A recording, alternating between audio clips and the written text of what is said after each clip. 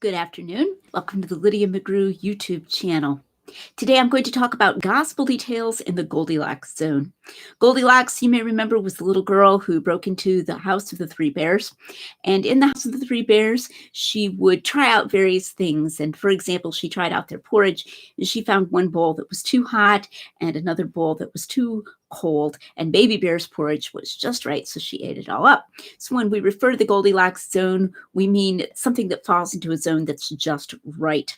Now, this is an argument that I have never published. I believe I've mentioned it in a interview, but I'm not sure which interview that was.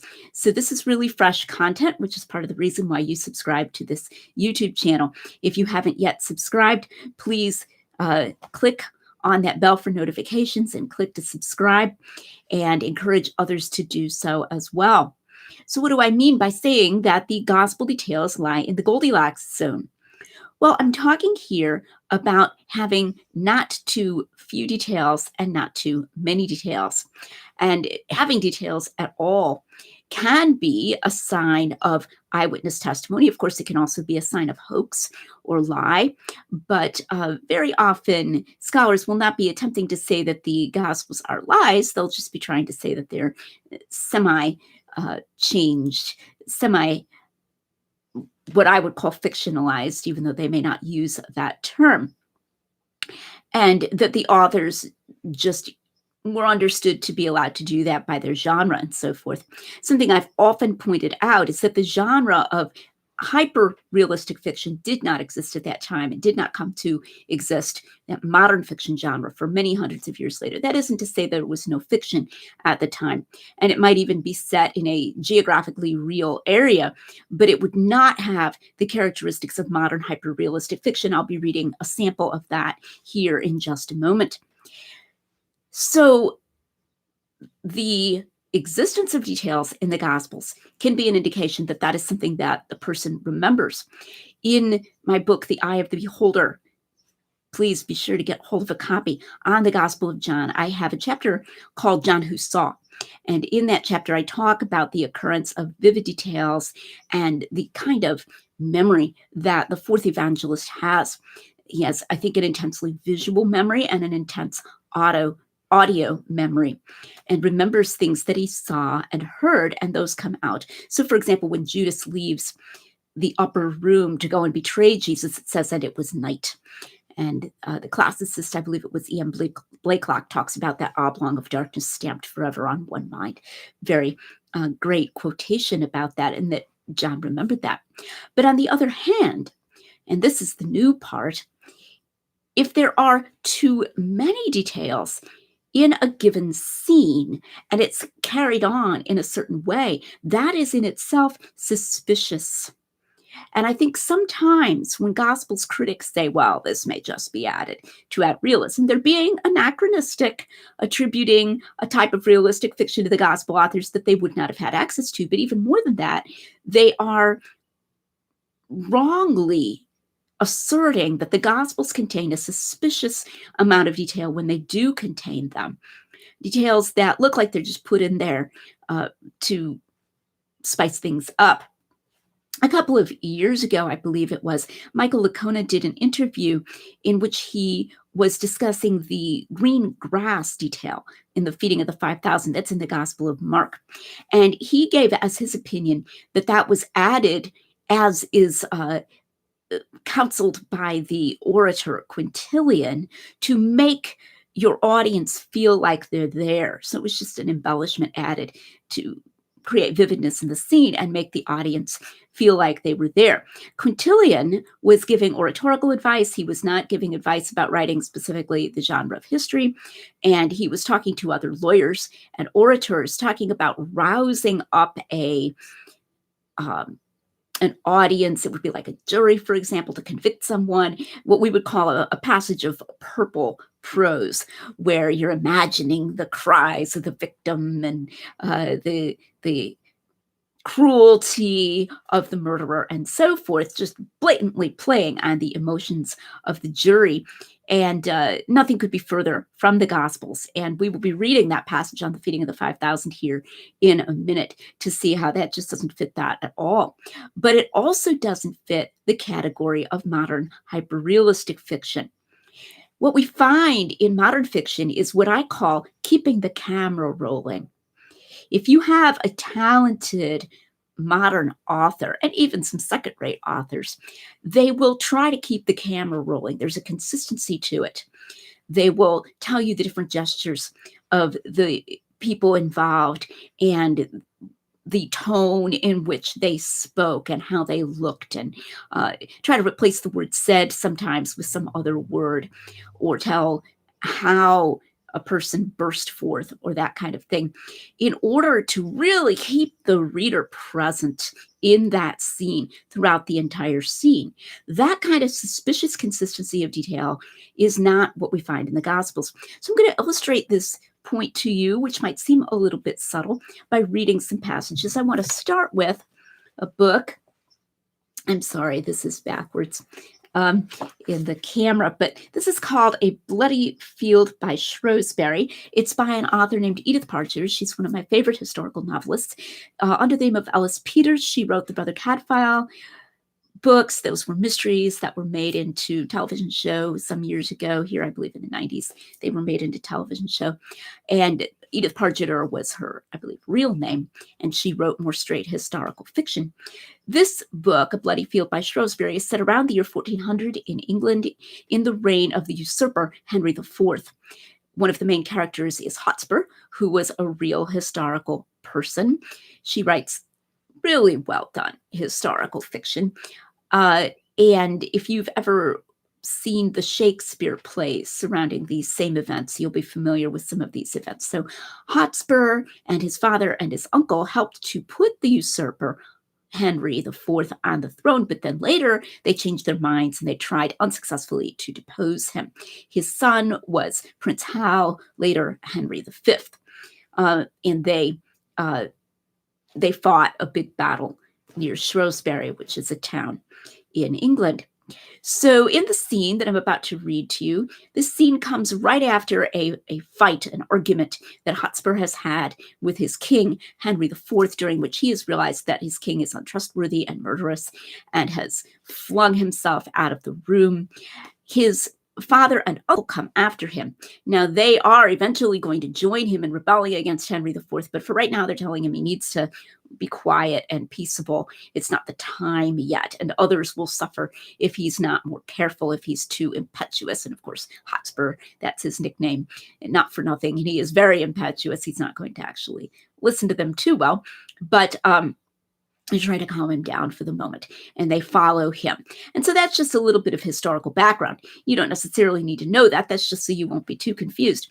What I want you to do as you listen to this is to follow the extreme vividness of the scene, the intensity of the scene, and the way that Pargeter keeps that camera rolling all the way through the scene. It just keeps it vivid to you the whole time, the whole way. This is maybe a little bit too vivid for some people's taste. I love this fiction.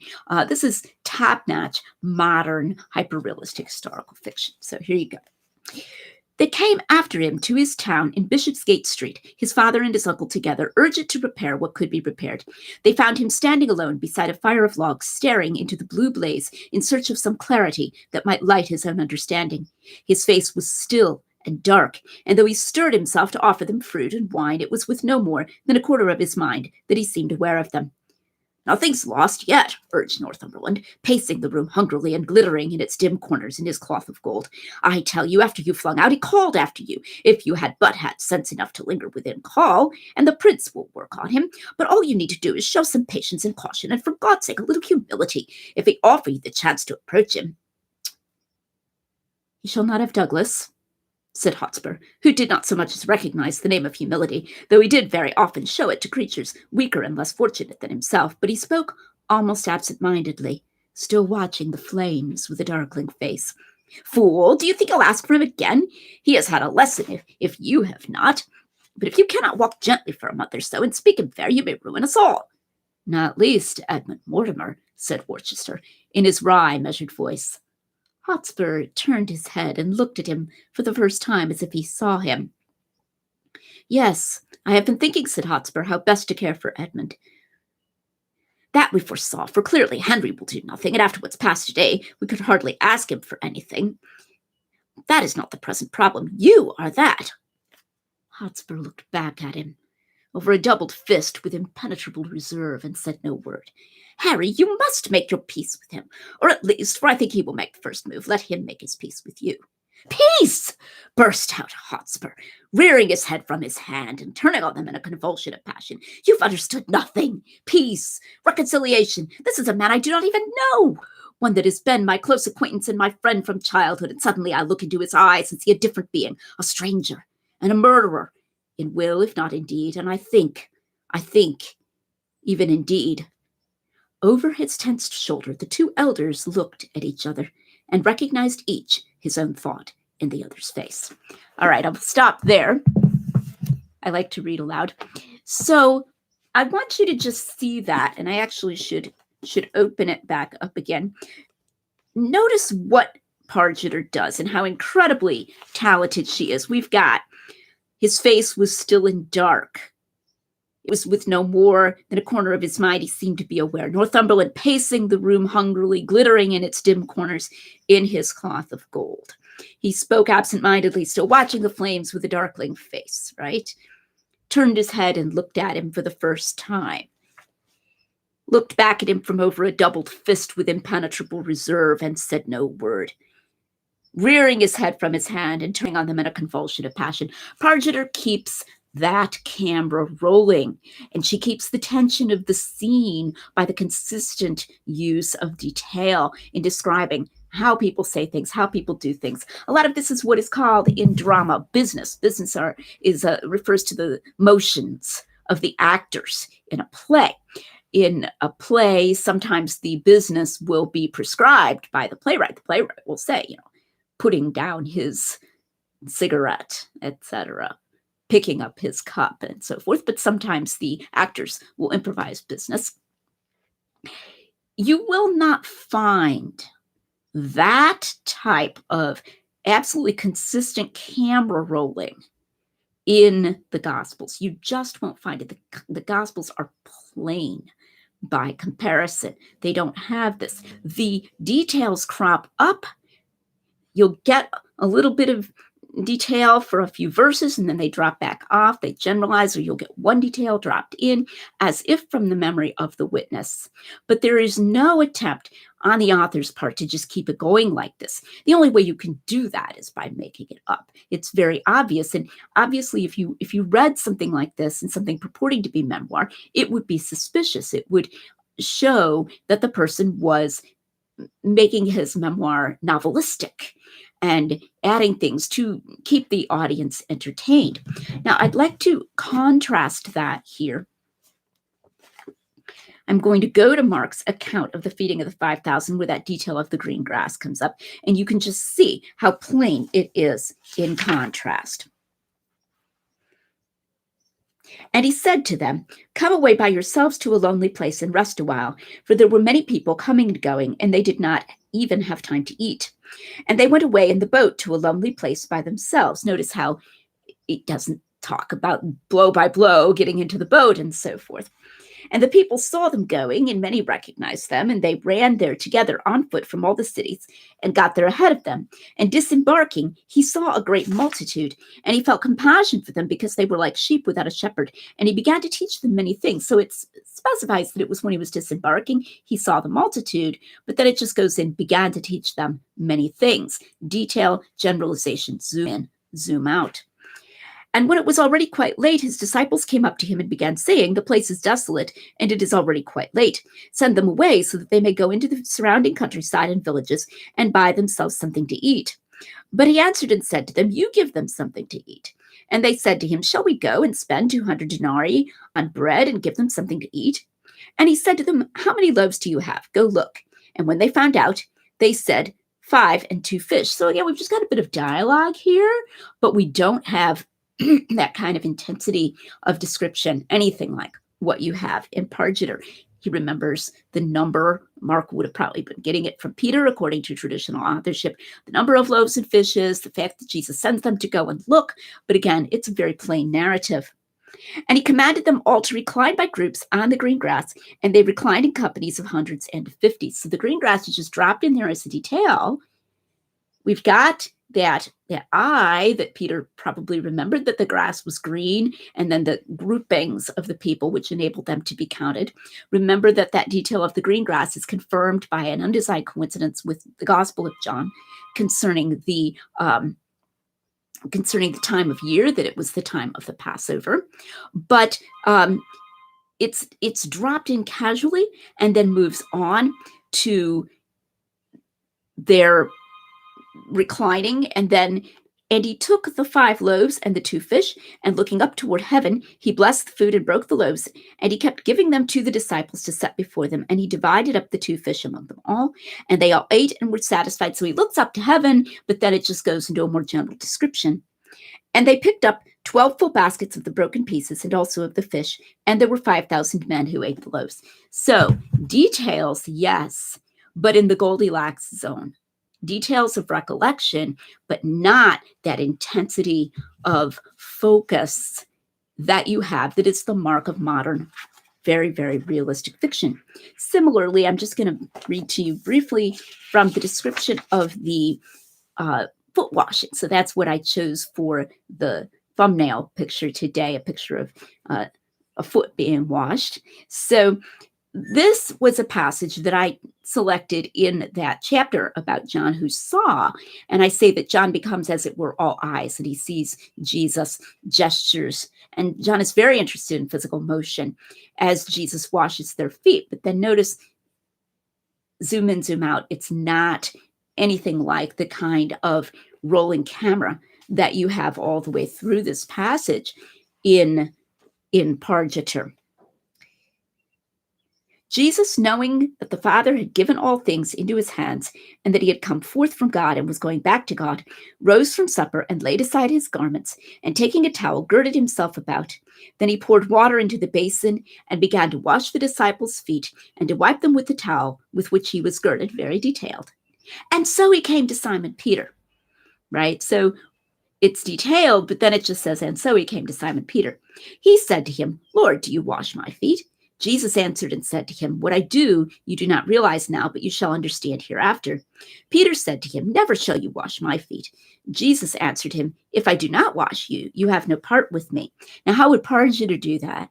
She would tell us all about the look in Simon Peter's eyes and the way his voice sounded, and the way they lacked eyes, and Peter refusing to allow Jesus to wash his feet, maybe even pushing his hand away or something of that kind. That's not what we get. We just get this recitation of dialogue. Simon Peter said to him, Lord, not my feet only, but also my hands and my head. Jesus said to him, he who is bathed needs only to wash his feet, but is completely clean, and you are clean, but not all of you. And so when he had washed their feet and taken his garments and reclined at table again, so here we get, once again, a little bit of blow by blow. He puts on his clothes and then reclines at the table again before he begins to speak. He said to them, do you know what I have done to you? You call me teacher and Lord, and you are right, for so I am. If I then, the Lord and teacher, wash your feet, you also ought to wash one another's feet. So then it just goes into telling us what Jesus said.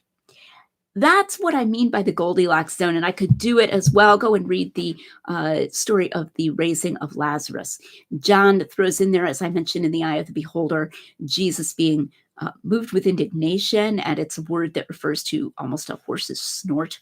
So he remembers that, mentions sometimes Jesus looking up to heaven and praying. It mentions that when Lazarus came forth, he's wrapped up and that kind of thing. But again, it's not the same genre at all. It's not that modern fictional genre. Well, what would you expect? Obviously, it didn't exist at the time. But the point I'm trying to make is that even if it did exist, you could tell the difference. And so this is the way in which I'm kind of going beyond some of the points that I've made before. It's not even just that it didn't exist at the time. It's that that's not what it looks like. That's not what it looks like. And this is much more consistent with memoir when you tell something, you may give some specific details that you remember, but then you're going to summarize more if you're not willing to make up details. Maybe you'll remember more what was said, but you're not going to go, blow by blow. He looked at them over a doubled fist, rearing his head, and so forth, uh, all the way through the story like that. I think this is an interesting point and shows the Gospels for what they are in themselves, even aside from historical considerations of what genre did and did not exist at the time, and in addition to that consideration. So this is new. This is content. This is a point I've never heard anyone make before, and that I myself have not made at this much length before. And that's part of what we're trying to give you here on the Lydia McGrew YouTube channel.